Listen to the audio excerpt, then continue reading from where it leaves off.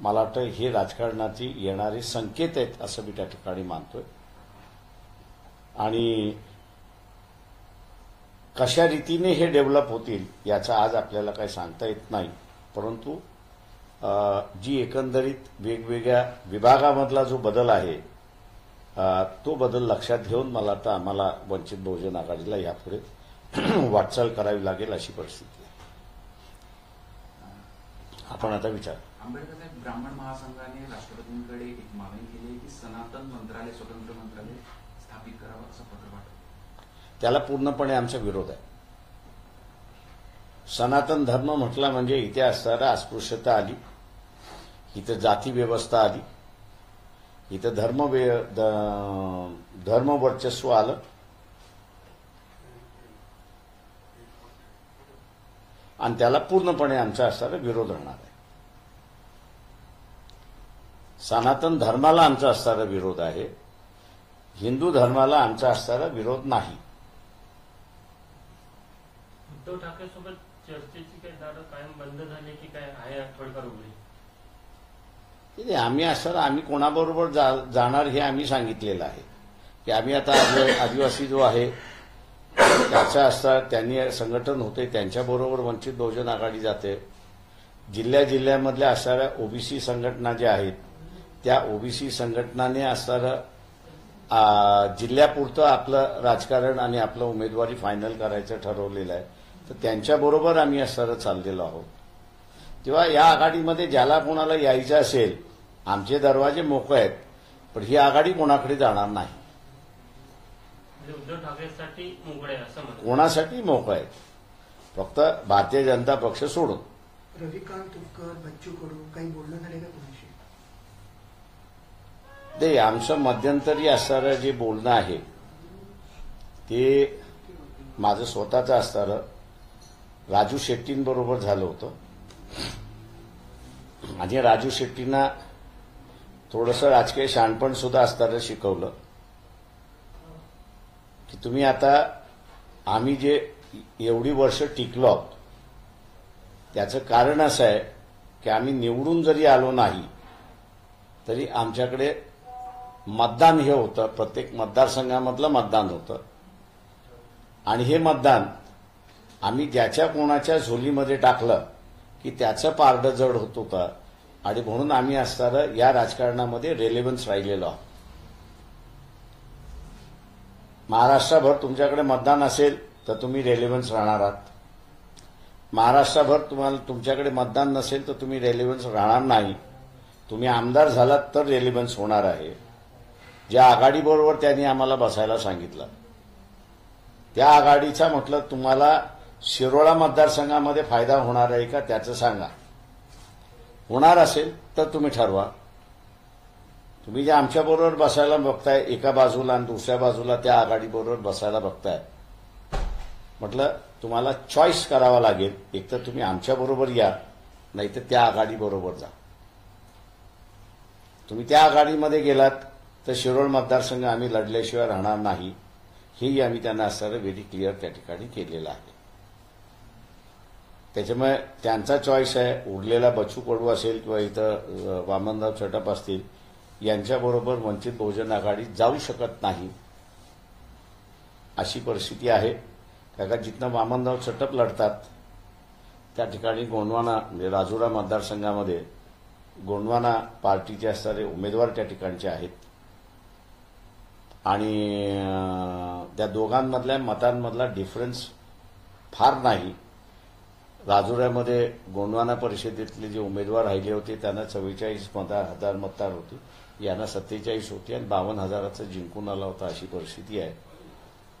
Party म्हणून असणारं बघितलं तर आम्ही गोंडवाना पार्टीला प्राधान्य त्या ठिकाणी दिलेलं आहे आणि त्यांच्याबरोबर समझोत्यामध्ये आहोत. मुंबई सिनेटचे निकाल आलेले आहे, कशा प्रकारे बघता तुम्ही विधानसभा निवडणुकीच्या पार्श्वभूमीवर या निकालांकडे? त्या निकालाचा आणि विधानसभेच्या निवडणुकीचा फार रिझल्ट असं मी त्या ठिकाणी मानत नाही. सर, जरांगे निवडणूक लढणार नाही तर ते शरद पवारांच्या इशाऱ्यावर असेल असं तुम्ही म्हटलं.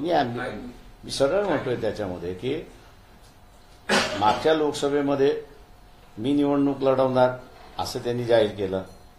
आताही त्यांनी असं जाहीर केलं की विधानसभेमध्ये आम्ही लढणार. अर्ज मागवलेत. अनेक असणाऱ्या गरीब मराठ्यांनी अर्ज केलेले आहेत. उलट नाशिक जिल्ह्यामधलं माझ्याकडे अधिकृत माहिती आहे म्हणून का त्या दिवशी मी होतो म्हणून की तिथले जेवढे 150 उमेदवारांनी अर्ज केले त्या 150 उमेदवारांनी जरांगे पाटील यांना असताना सांगितलं की तुम्ही उमेदवार द्या, आमच्यापैकी एकही बंडखोरी करणार नाही. आम्ही जो इलेक्शन फंड जमा केलेला आहे तो इलेक्शन फंड तुम्ही जो उमेदवार करणार त्याला आम्ही सुपूर्द करणार आणि त्याचा आम्ही प्रचार करणार. कार्यकर्त्याची मानसिकता झालेली आहे. आणि जरांगे पाटील उद्या जर इलेक्शन लढणार नसतील तर आता कॉमन मॅनचा जो संबंध आहे, सर्वसामान्य माणसाचा जो आहे की यांना असणारा शरद पवार चालवतात आहेत आणि शरद पवारांच्या इशाऱ्यावरती हे चालतात आहेत, तो स्टॅम्प पक्का होऊन जाईल. एवढंच फक्त मी त्या ठिकाणी म्हणालो होतो. सर, पोलीस महासंचालक रश्मी शुक्ला यांना पदावरून हटवा अशा प्रकारची मागणी काँग्रेसच्या नेत्यांकडून केली जात आहे. माझं म्हणणं असं आहे की पहिल्यांदा शासनाने सांगितलं पाहिजे की त्यांनी असणारं इलिगल टॅपिंग केलं की न केलं. आणि इलिगल टॅपिंग केलं असेल तर तुम्ही त्याच्यावरती काय कारवाई केली. त्याच्यामुळे असं इलिगल टॅपिंगमध्ये त्या दोषी असतील तर त्यांना पदावरनं काढलं पाहिजे. ही सर्वांचीच मागणी राहणार आहे. माझं रामदास आठवले नागपूरमध्येच म्हणलं होतं की तुम्ही आतापर्यंत थँक्यू व्हेरी मच. सर, निवडणूक आयोगाची टीम येऊन गेली आणि 4 वाजता पत्रकार परिषद सगळ्यांकडून मागणी होती की एकाच टप्प्यात निवडणुका. ते एकाच टप्प्यात निवडणुका झाली पाहिजे. महाराष्ट्र बिहार नाहीये. इथे निकाल लागला की लोक मान्य करतात. कुठेही दगडफेक होत नाही, कुठेही काही होत नाही. ज्याला कोणाला लढायचं असेल तर तो पिटिशन करतो, हायकोर्टामध्ये जातो आणि चॅलेंज करतो. त्याच्यामुळे लॉ अँड ऑर्डरचं सिच्युएशन इथे नाहीये. आणि इलेक्शन कमिशनने असणारं शांत राज्याला हिंसक राज्य बनवण्याच्या पाठीमागे लागू नये. तुम्ही ज्यावेळेस असणारं असं म्हणताय की आम्ही 2 टप्प्यामध्ये घेऊ, 3 टप्प्यामध्ये घेऊ, त्या अर्थी तुम्ही हे लोकांच्या मनामध्ये पेरताय की इथे असणारा अशांतता आहे आणि ती इलेक्शनमध्ये बाहेर पडू शकते आणि म्हणून ती कंट्रोल करण्यासाठी आम्हाला ॲडिक्वेट पोलीस फोर्स प्रत्येक मतदारसंघामध्ये मिळणार नाही अशी एखादी परिस्थिती आहे. त्याच्यामुळे असणारं इलेक्शन कमिशनने एकाच वेळेस इलेक्शन घ्याव्या. लोकांना जो निकाल द्यायचा आहे तो लोक निकाल देतात आणि जे उमेदवार उभे राहतात तो निकाल बिना व्हायलन्सनी ते एक्सेप्ट करतात. त्यांना लढायचं असेल ते कोर्टात जाऊन त्या ठिकाणी लढतात. वंचित बहुजन आघाडी यावेळेस कोणत्या आघाडी किंवा युतीची मतं जास्त कट करेल असं तुम्हाला वाटतं? ज्यांना असं वाटत असेल की आम्ही ज्यांची मतं कट करणार आहोत त्यांना माझा राजकीय सल्ला आहे की कृपा करून इलेक्शन लढू नका. अजित पवारांनी असं म्हटलंय की फिरते मुख्यमंत्रीपद ठेवावं, म्हणजे ती माहितीतल्या पक्षाकडे असावी. आपण कसं पाहता? संगीत खुर्ची मुख्यमंत्र्याचं करण्याचं जे चाललेलं आहे ते राजकारण किती गळाला गेलेलं आहे हे आपल्याला असताना दिसतंय. तेव्हा सामान्य माणसाने आणि मतदारांनी एक लक्षात घेतलं पाहिजे की जो इथे करप्शनचा आरोपी आहे किंवा गुन्हेगारी प्रवृत्तीचा असणारा उमेदवार आहे, लोकांनीच ठरवलं पाहिजे की यांना आम्ही निवडून देणार नाही. देवगड येथे एका तरुणीची छेड जी आहे का पोलिसांनी काढली आहे. ग्रामस्थांनी त्याला चोप दिला, त्याच्यावर निलंबनाची कारवाई झाली. मात्र पोलीस सुरक्षेवरती प्रश्न निर्माण होतो. एखादा कुठला तरी व्यवस्थेमधला माणूस तर तुम्हाला ती व्यवस्थेला दोष देता येत नाही.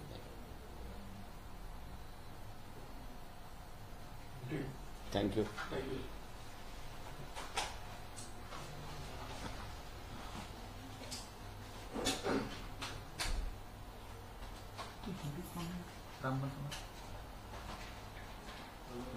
जी यादी आली आहे वंचितची जी यादी आहे त्यामध्ये